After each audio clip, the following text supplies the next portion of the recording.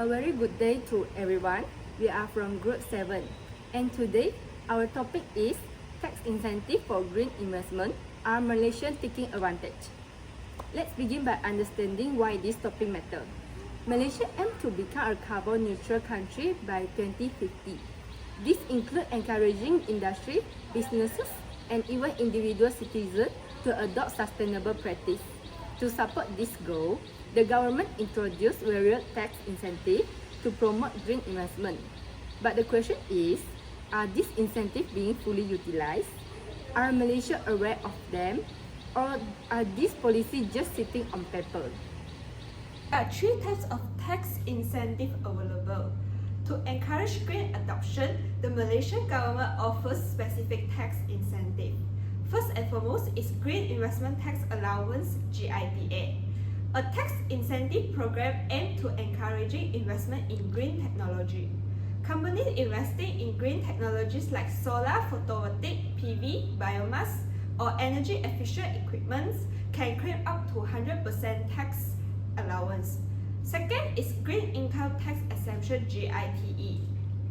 GITE is a tax incentive in Malaysia that provides eligible green technologies service providers with a 70% exemption on their statutory income for 3 years.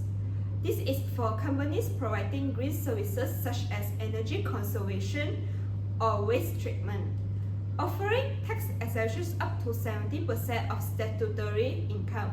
Last but not least is import duty and excise duty exemption.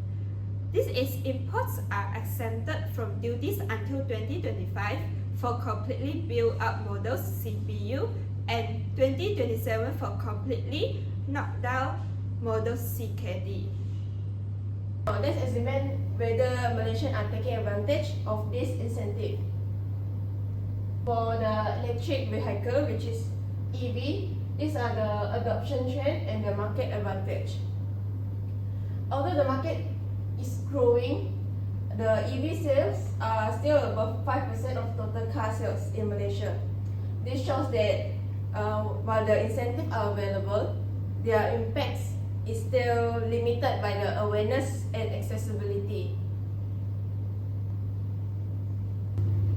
In 2024, Malaysian EV registration doubled to 21,789 units, making up 2.54% of all new vehicle registration, up from less than 2% in 2023. From January until November 2024, 19,208 electric vehicles were registered, an 86% year-on-year jump versus 10,318 same in period 2023. So here's the pie chart that showing the EV registration in Malaysia, we can see that the BYD vehicle is the highest percentage, which is 39.3%, and the second one is the Tesla registration, which is 23.6%. From January until November 2024, 19,208 electric vehicles were registered compared to year 2023, which is 10,318, which is higher than 2023. So here's the table which is showing that the BYD electric vehicle that keep increasing until from January 2024 until November 2024, which is make the total is 2,749. And Tesla is a bit lower than BYD but still can maintain the second highest. A 2023 report that's showing by MIDA that show that less than 40% of eligible companies apply for GITA and GITE, which is you can see from the chart there is 40% of the company that apply for green tax incentive, and some more for among the homeowners, many of them that are unaware that they can claim tax relief for installing solar system. And academic 2019 study found that Malaysian green tax incentive remain largely incentive focused and underutilized with limited awareness among the businesses. Yeah, so we can see the eligible business 100%, but there's a 40% of them only applied for the green tax incentive. Even though we can see the electric vehicle that the market is currently are still growing, but in Malaysia the EV sales are still below the 5% of total car sales in Malaysia. That this also shows that the incentive, even though they are available, but the impact still limited by the awareness and accessibility. But it is not all bad news though, because some of the business like Plus Solar, Pekat Group and TMB Energy Services have used the incentive to expand their green operation, but these are also exception, not the norm. There are several reasons why Malaysia not fully taking advantage on green tax incentive. First, lack of awareness. Many individuals and even business owners are simply not aware that this tax incentive exists. For example, while the Green Investment Tax Allowance (GITA) and Green Income Tax Exemption (GITE) have been promoted since 2013, a large number of SMEs still do not know how to apply or that they are even eligible. Next is complicated application processes. The application processes for some of these incentives, especially for GITA and GITE, is seen as complex and time-consuming. Businesses must provide supporting documents such as energy-saving reports, technology certification, and project evaluation. This may require hiring a consultant or expert, which adds to the costs. For small businesses with limited resources, this is discouraging. Even for individuals, the process of claiming solar panel relief during income tax filing can be confusing, especially for first-timers. Thirdly, high upfront costs.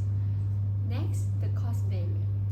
Despite the long-term savings, green investment like solar PV system or electric vehicles require significant upfront capital. Similar, EV are still more expensive than traditional petrol cars in Malaysia. Even with exemption, the price point is a deterrent for average customer. Fourthly, lastly, perceived risks and uncertainty. The final challenge is uncertainty. Some business view green investment as risky. Will the technology become outdated? What if they don't qualify for the tax incentives after investing? Will the policy change after a new budget or election? This hesitation is especially common among smaller firms and startups, which are more sensitive to financial risks. Without strong assurance and support, many choose to wait instead of act. If these issues are not addressed, Malaysia may miss its climate goals, not because of bad policy, but because of weak execution. So what can be done to improve the situation? First, improve awareness. Use mass media campaign to educate the public and SMEs about available green incentive. Second, simplify the process. Digitize and streamline the GITA or GITE application process to make it faster and more transparent. Third, financial support. Offer green loans, rebates, or subsidies in addition to tax relief to reduce the initial burden. Lastly, lead by example. Government department and GLCs should adopt green tax to show leadership. In conclusion, while Malaysia has strong policies in place, the full potential of green tax incentive is not being realized. With better awareness, simpler process, and stronger support, more Malaysians can add and will take advantage of this incentive for the good of our environment and economy. Let's go green together. Let's go green! Let's go green! Let's go green! Let's go green together!